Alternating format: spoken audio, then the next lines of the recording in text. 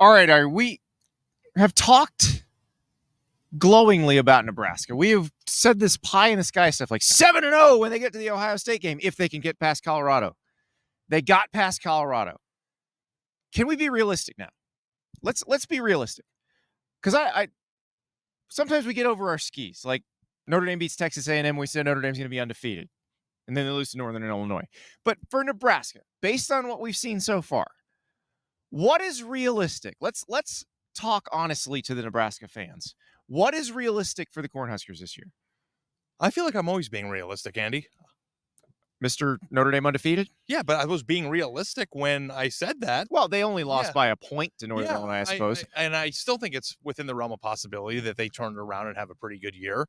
But I don't know that this game went in a way, Nebraska's win over Colorado, that is different than what we were anticipating. They were 2-possession favorites going into the game. They were expected to win, and they won in a very Colorado-like way. When you play that team, that's how you beat them, right? Yes. You grind them to the floor. But they also won in a way I feel like that can beat a lot of the teams on their schedule. So when you look at the schedule that you just read off for me, doing the pre-roll research here out in front of Ohio Stadium, like I'm not with you on they'll lose to Indiana or Rutgers. I'm expecting much more out of Nebraska this year. So you think 7-0 when they get to Ohio State, whatever happens against the Buckeyes happens against the Buckeyes. And then that's the thing I think is interesting because it's the back half or the back third of that schedule after Ohio State, where like UCLA obviously is a winnable game. But we were talking about maybe Nebraska, Iowa could be a game where maybe Iowa's in the mix for the Big Ten title. Iowa just lost to Iowa State yesterday, and Iowa's defense didn't look invincible. So, like, if you're Nebraska, I think you're looking at that and going, wait a second. Why are we saying just bowl eligibility? Should we not dream bigger? We have Dylan Raiola, who you just showed me a video of Dylan Raiola warming up before the game. And I swear if you'd put a little gold trim in there, and I realize it's because of his hair and his relative size and the fact that he wears a red jersey with white pants, and the number 15. But I don't want to even say the name, but he kind of looked like him. Yeah, well, looking like him is completely fine. You're not comparing him to. But he kind of looks like him when he plays too. He looks like him, and somebody tweeted, and I can't get it out of my mind, that he looks like Patrick Mapartments. And to me, I think it was more like Patrick McCondos. But I do think. And one of the nice condos, not an apartment turned into a condo, but like one of those downtown, they gutted the building. Yeah. And they put these really sweet with the stainless steel countertops. 3 stories, but all the finishes are nice. Absolutely. You know what I mean? And there's a really nice farm to table restaurant in the first floor. Yeah. So my number one premise when it came to Nebraska, ever since they hired Matt Rule, was you got rid of a coach that you had a ton of faith in Scott Frost. It wasn't working because there was obviously they hired him with a ton of faith. They didn't have it after a while, but when you hire him, everybody in the world thought that was a home run hire. Yes. You have a lot of faith, and then there's a very clear, after a year or two, that there's clear dysfunction within the program. Right. Whatever he was doing was not working. So you go hire somebody that you know is going to coach with a multitude of functionality. Grown up in the room.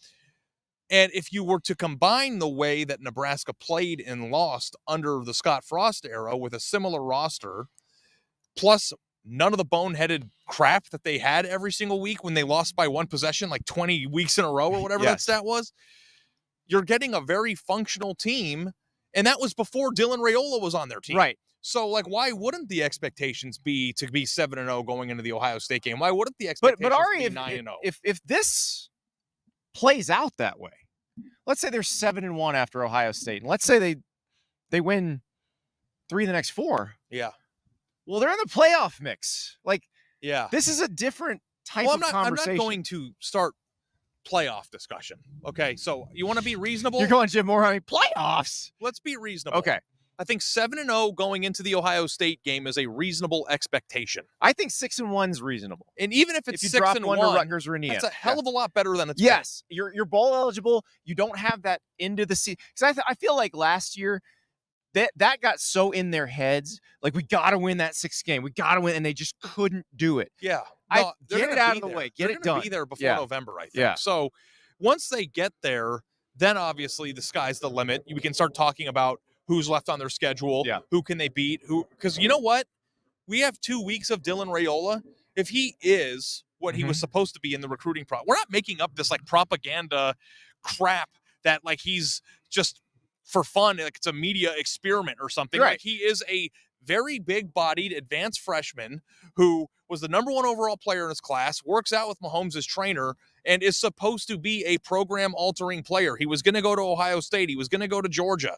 This isn't made up. Right. If they have a bona fide first-round pick at quarterback with the Big Ten schedule that they do have, by week 7, he legitimately, I'm not saying it's going to happen, realistically could be a top 10 player in college football. Like that is within the realm of possibility.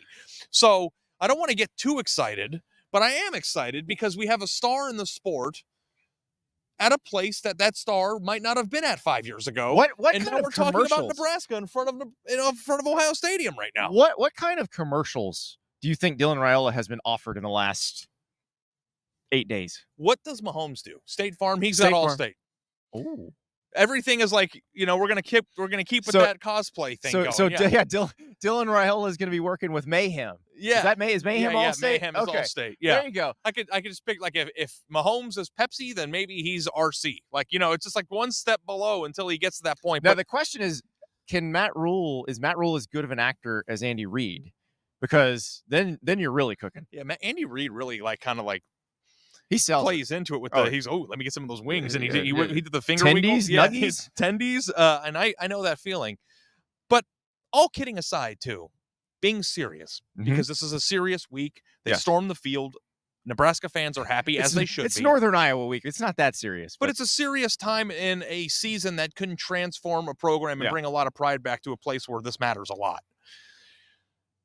Dylan Raiola acting like Mahomes, I'm not saying playing like, acting like him, I think makes a lot of sense. When you think about the NFL and every general manager's fantasy, it probably is to be the guy that picks the next Patrick Mahomes. Yes. So if you act like him, look like him, wear his number, and then perform like him, and you have these comparisons, and the comparisons stop being like funny like we're making it right now and actually become real, and that's at Nebraska, think about it. I'm just saying the think ceiling about it. is the roof, as Yes, Michael Jordan would say. yes. So here's the stat from that game that just I keep coming back to.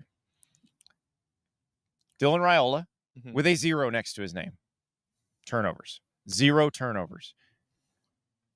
That is such a massive improvement over what they've gotten out of the quarterback position for years. Yeah. Like they've blown past basic competence and now they're moving into the other Proficiency. side of the Yeah, line. yeah. Like, because that's what we figured with that defense, a competent offense was going to make them a fairly good team against that schedule. And Andy, you're talking about the Nebraska incompetence. That wasn't just a quarterback turnover. That was No, a it's turnover everything. everybody. Yeah. If you replace mediocrity and incompetence with elite talent and competence, you have a team. And Nebraska was winning 5-6 games. It's not like they were Rutgers when Greg Schiano took over. Like they're a marginally functionally talented team that has all the resources in the world from an NIL standpoint, a facility standpoint, and without question, a fan standpoint to offer a lot. And if Dylan Raiola gets really, really good, the portal's going to be a little bit better for them probably in the offseason. Oh, people are going to be diving in to come play with the guy. Honestly, we could sit here all day and talk about where they could go this season. I think that remains to be seen, obviously. But what I do think is interesting is that the ceiling of the program with a player that has this profile, the dude's holding up the watch at the end of the game with Will Compton, and he was wearing a $60,000 Rolex, which made it even better. It's just, to me, it is everything that we always talk about bringing a program back, the whole good for college football thing, yeah, like we do with every program that's kind of down. This is good for college football, but it's really freaking good for Nebraska. Yeah, it's like you could not map a better route back, because for a while there, with Nebraska not being in the Big 12 anymore, and they were in a new footprint, there was a lot of concern about whether or not they could recruit the state of Texas like they used to, and they're kind of in no man's land. There's not a lot of talent around them. But you go out and you get the number one player at the most important position who we're comparing to Patrick Mahomes to come there with family lineage. And then he lives up to the hype, is flashing his rollie, is exciting. We're talking about them. They're on TV. They're playing Colorado. All these things come to play. That is a fairy tale revival that you could not have mapped up 5 years ago. Because we used to ask, what's the path out of this for Nebraska? Well, what is the path out of this for Nebraska? It could be literally Dylan Raiola. So, and we'll probably get a bunch of hate and Twitter comments about how we were gassing him up. We got that last week. We'll probably get it next week, but I feel a hell of a lot better about what we said last week now than I did last week. So, I think 7-0 going into the Ohio State game would be makes this season a success no matter what. Yeah. They're 6-1 going, yeah. being bowl eligible going into that game. That's the progress you wanted. Everything else is gravy. I think you're going to be swimming in gravy by the end of this season. And who doesn't want to swim in gravy? I would love that. Thank you so much for watching. Just a reminder, subscribe to this channel right here so you never miss an episode of Andy Staples on 3. And oh, by the way, watch all the other great videos on the On3 Sports YouTube channel.